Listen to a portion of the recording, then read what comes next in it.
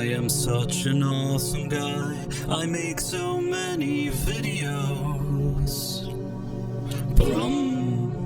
Hello there, Price of Reason here with a movie review. Over the past several years, Hollywood hasn't had too much to offer in terms of great original entertainment beyond their current obsession with modern-day trendy Hollywood agendas.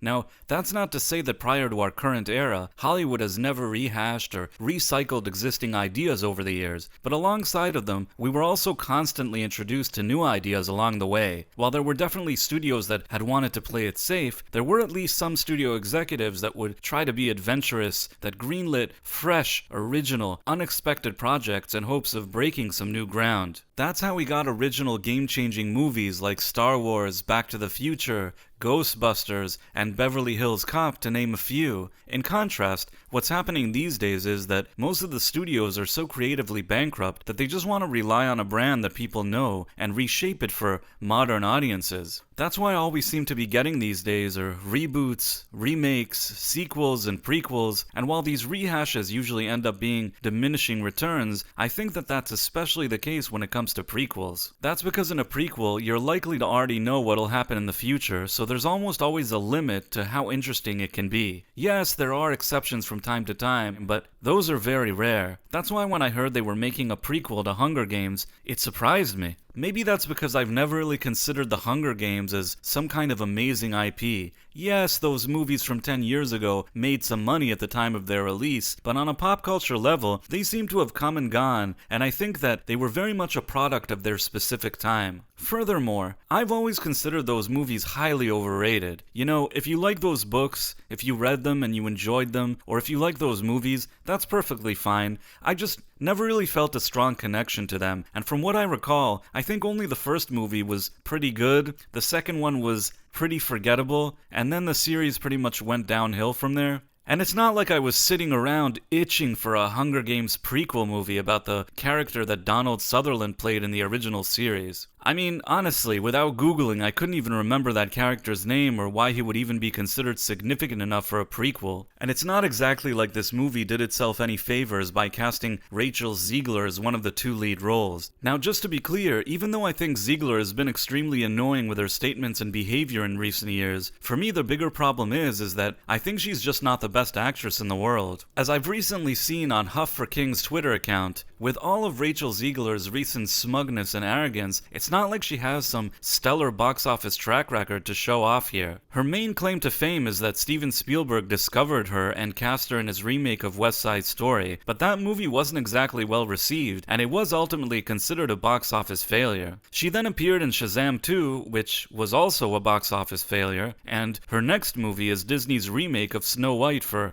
modern audiences, which apparently is so bad that they have to completely refilm it now. Basically, Zegler still needs a win, and as far as her career goes, it's really important that this movie does well for her. Now in this video, I'm going to be discussing the general plot for the Hunger Games, the Ballad of the Songbirds and Snakes, what I didn't like about the movie, what I did like about the movie, followed by my official score. The movie focuses on Coriolanus Snow.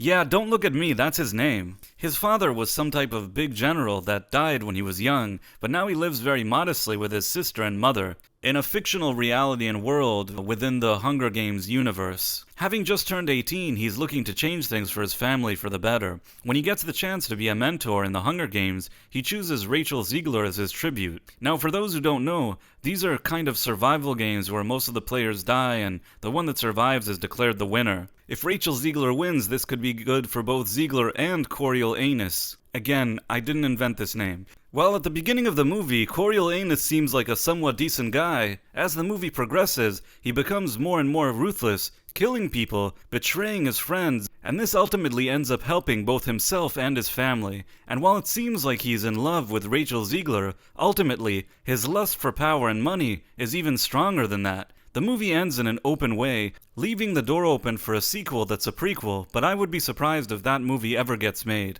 Let's start with what I didn't like about this movie. Number 1. It's boring as f***. When I walked into the movie theater, which was completely empty by the way, I made sure to have a caffeinated drink with me. Now, I wasn't tired at all when I walked in, but as this movie progressed, especially during the second act, I was really struggling not to fall asleep. It was so boring. I feel like the whole Hunger Games thing was done much better in the original series of movies, and in this movie, it's just very generic and forgettable. I just couldn't fully get into it. I wasn't emotionally invested here at all. Number 2. Too long. To make matters worse, this movie was about 2 hours and 40 minutes.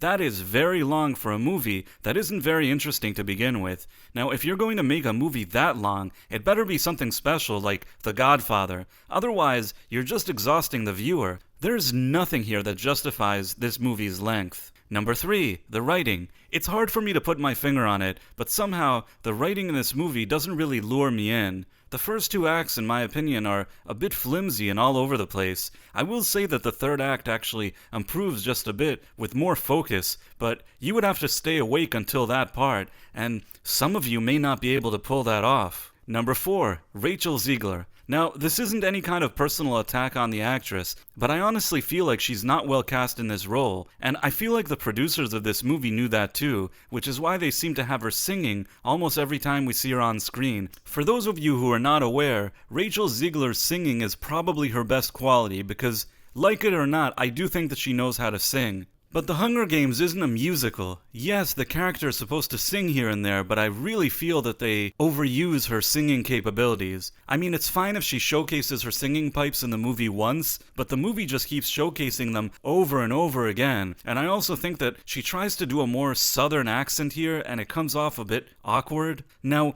if she had this natural likability to her, maybe she could get away with it. That's pretty much how Dwayne "The Rock" Johnson has a career. But let's be fair, Zegler ain't no Dwayne "The Rock" Johnson. Heck, these days, even Dwayne "The Rock" Johnson isn't as Johnson as he used to be. But I digress. Perhaps it would be better if instead of sticking her nose up in the air everywhere she goes, she would actually work on improving her acting skills, and in that case everybody would benefit. As a final note, I also think that during the Hunger Games it would have been nice to see an actress that's a little more physical. She's very, very petite and small, and somehow when I see her running around there, it just doesn't look right. So when it comes to the physicality, and when it comes to the acting, I don't think she was a perfect fit. The only thing that I'll say is that when she sings, it does sound good. But again, that shouldn't be the main focus of the movie in my opinion. If I had to say anything good about this movie, and this is tough, I would say that Viola Davis puts in a great performance in a supporting role. Now, that's not really surprising as she's probably the best actress to appear in this movie, but to her credit, she doesn't phone it in. The problem is that Davis only has limited screen time, so it's not like she can carry this movie on her own. The same could be said about Peter Dinklage, who has an even more minimal supporting role in this movie. I mean, when we see him, he's good, but I feel like he's barely in this movie at all. Now, the young actor that plays Coriolanus Snow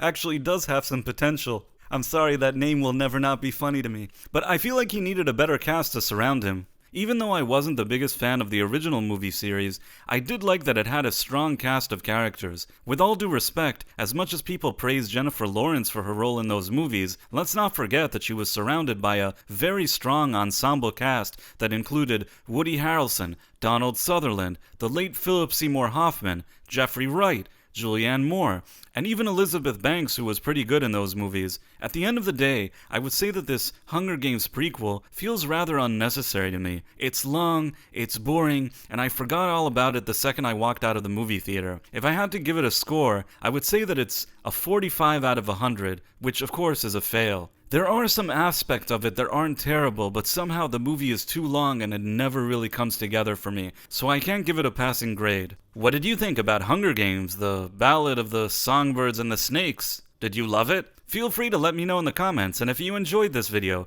please consider subscribing to my channel and also clicking on that wonderful notification bell. Thanks for watching, my friends. Thank you, and good day. I am such an awesome guy. I make so many videos.